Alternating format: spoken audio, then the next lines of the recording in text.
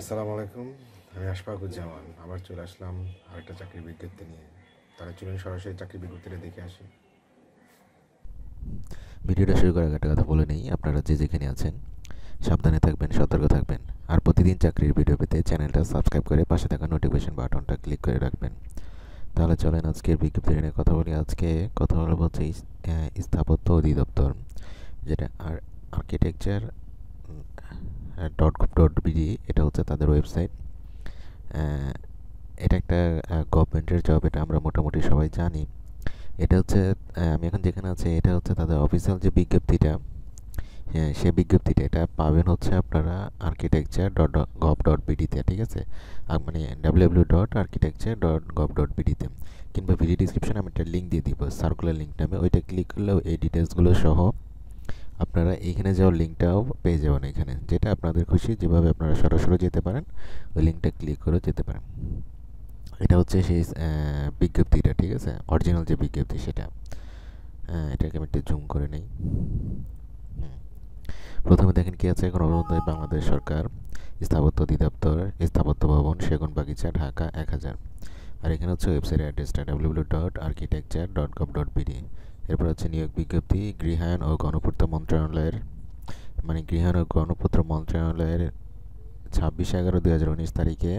এটা হচ্ছে স্মারক নম্বরের মাধ্যমে প্রাপ্ত ছাড়পত্র অনুযায়ী স্থাপত্য অধিদপ্তরে নিম্ন বর্ণিত শূন্য পদে সম্পূর্ণ অস্থায়ী ভিত্তিতে নিয়োগের জন্য বাংলাদেশের প্রকৃত নাগরিকদের নিকট হতে দরখাস্ত আহ্বান করা যাচ্ছে। এটা কিন্তু সম্পূর্ণ অস্থায়ী, এটা একটু ভালো করে দেখে নিন। প্রথমে হচ্ছে ক্রমিক নং, এরপর হচ্ছে পদের নাম, এরপর হচ্ছে পদের সংখ্যা, বেতন স্কেল ও গ্রেড, জাতীয় বেতন স্কেল 2015 অনুযায়ী শিক্ষাগত অন্যান্য যোগ্যতা। এরপর হচ্ছে এখানে হচ্ছে মন্তব্য। এখানে হচ্ছে এটার নিচে, এটার ভিতরে থাকবে হচ্ছে কোন জেলা থেকে মানে আবেদন করার প্রয়োজন নেই, সে বিষয়টা এখানে থাকবে মন্তব্যতে। ঠিক আছে, আমি তাহলে আপনাদের ডিটেলস বলে দিই, কারণ সার্কুলারটা অনেক বড়।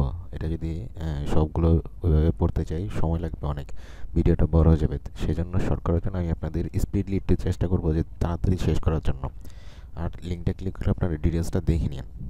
প্রথম হচ্ছে 3D অ্যানিমেটর, পদ সংখ্যা হচ্ছে 3টি, বেতন স্কেল হচ্ছে 12,500 থেকে 30,230, গ্রেড হচ্ছে 11। শিক্ষাগত যোগ্যতা, অন্যান্য যোগ্যতা হচ্ছে বাংলাদেশ কারিগরি শিক্ষা বোর্ড হইতে 4 বছর মেয়াদী diploma in architecture, computer aided drafting এবং ত্রিমাত্রিক নকশা প্রণয়নে অনন্য 2 বছরের অভিজ্ঞতা।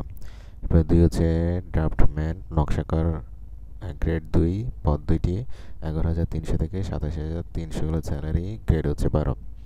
বাংলাদেশ কারিগরি শিক্ষা বোর্ডের স্থাপত্যে অনন্য ডিপ্লোমা সহ কম্পিউটার এইডেড ড্রাফটিংয়ে অনন্য 2 বছরের কাজের বাস্তব অভিজ্ঞতা।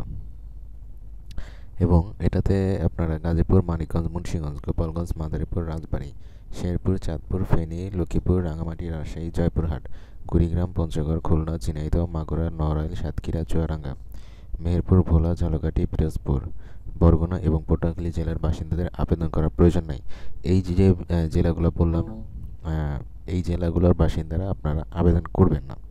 ঠিক আছে, এটা একদম ক্লিয়ারলি শুনে রাখেন যে এই জেলার বাসিন্দারা আবেদন করবেন না।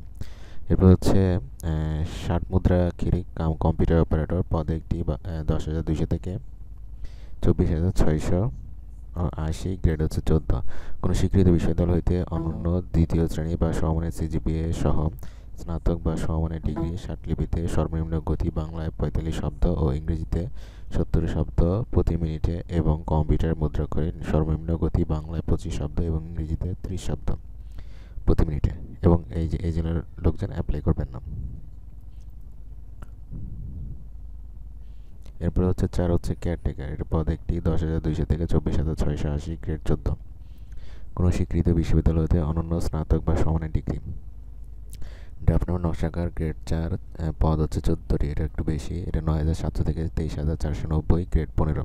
স্বীকৃত শিক্ষা বোর্ড হইতে উচ্চ মাধ্যমিক সার্টিফিকেট অথবা সমমানের পরীক্ষায় দ্বিতীয় বিভাগ বা সমমানের সিজিপিএ উত্তীর্ণের সহ কোনো অনুমোদিত প্রতিষ্ঠান হতে 2 বছর মেয়াদী civil, architecture, building, drafting certificate সহ কম্পিউটার এইডেড ড্রাফটিং ও এই 2 বছরের অভিজ্ঞতা, অথবা বাংলাদেশ কারিগরি শিক্ষা বোর্ড হইতে আর্কিটেকচার বিষয়ে অনন্য 4 বছরের মেয়াদী ডিপ্লোমা ডিগ্রি। এরপর হচ্ছে অফিস সহকারী কাম কম্পিউটার মুদ্রাক্ষরক, পদ হচ্ছে 8টি, এটা মোটামুটি বেশি, এটা 9,300 থেকে 22,490, গ্রেড 16। কোনো স্বীকৃত বোর্ড হইতে অনন্য দ্বিতীয় বিভাগ বা সমমানের সিজিপিএ সহ উচ্চ মাধ্যমিক সার্টিফিকেট বা সমমানের পরীক্ষায় উত্তীর্ণ এবং কম্পিউটার মুদ্রাক্ষরে সর্বনিম্ন প্রতি গতি বাংলায় 20 শব্দ এবং ইংরেজিতে 20 শব্দ প্রতি মিনিটে। সহকারী মডেল মেকার 3টি পদ 8,800 থেকে 21,310, গ্রেড 18। কোনো স্বীকৃত বোর্ড হইতে মাধ্যমিক স্কুল সার্টিফিকেট বা সমমানের পরীক্ষায় উত্তীর্ণ 2 বছর মেয়াদী civil architecture building drafting certificate সহ কম্পিউটার এইডেড ড্রাফটিং এবং মডেল তৈরির কাজে 1 বছরের বাস্তব অভিজ্ঞতা।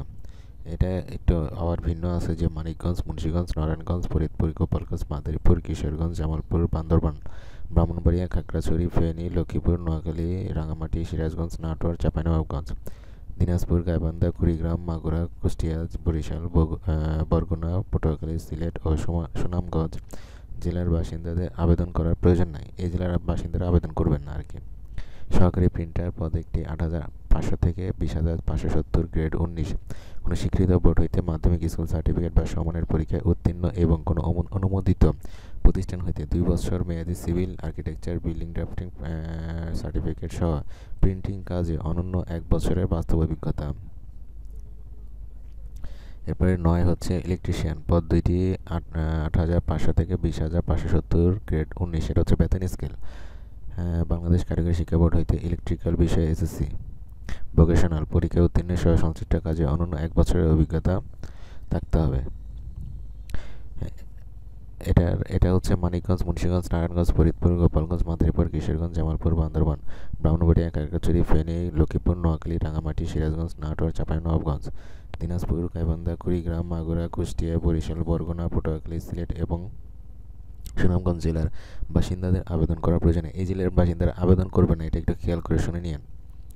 10 হচ্ছে প্লাম্বার পদ একটি 8,500 থেকে 20,570, গ্রেড 19। বাংলাদেশ কারিগরি শিক্ষা বোর্ড হইতে প্লাম্বিং ট্রেড সার্টিফিকেট সহ সংশ্লিষ্ট কাজে অনন্য 2 বছরের বাস্তব অভিজ্ঞতা।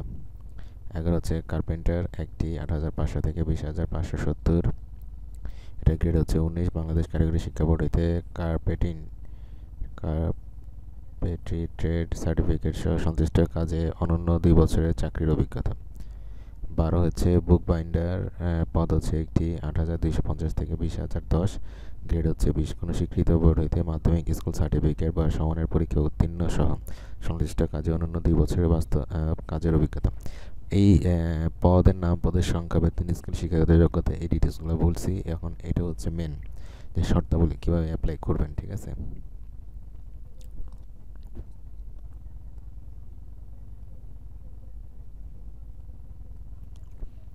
এক হচ্ছে আবেদনকারীকে 3 কপি সদ্য তোলা পাসপোর্ট সাইজের ছবি, শিক্ষাগত যোগ্যতার সনদ, জাতীয় পরিচয়পত্র অথবা জন্ম নিবন্ধন সনদ, সংশ্লিষ্ট জেলার স্থায়ী বাসিন্দা নাগরিকত্ব সনদ, নিজ নিজ এলাকায় ওয়ার্ড কাউন্সিলর, পৌর মেয়র, ইপি চেয়ারম্যান কর্তৃক প্রদত্ত ইত্যাদি সত্যায়িত ফটোকপি। মানে এই ডিটেলসের এই যে কথাগুলো পেপারস বললাম, এগুলো সত্যায়িত কপি।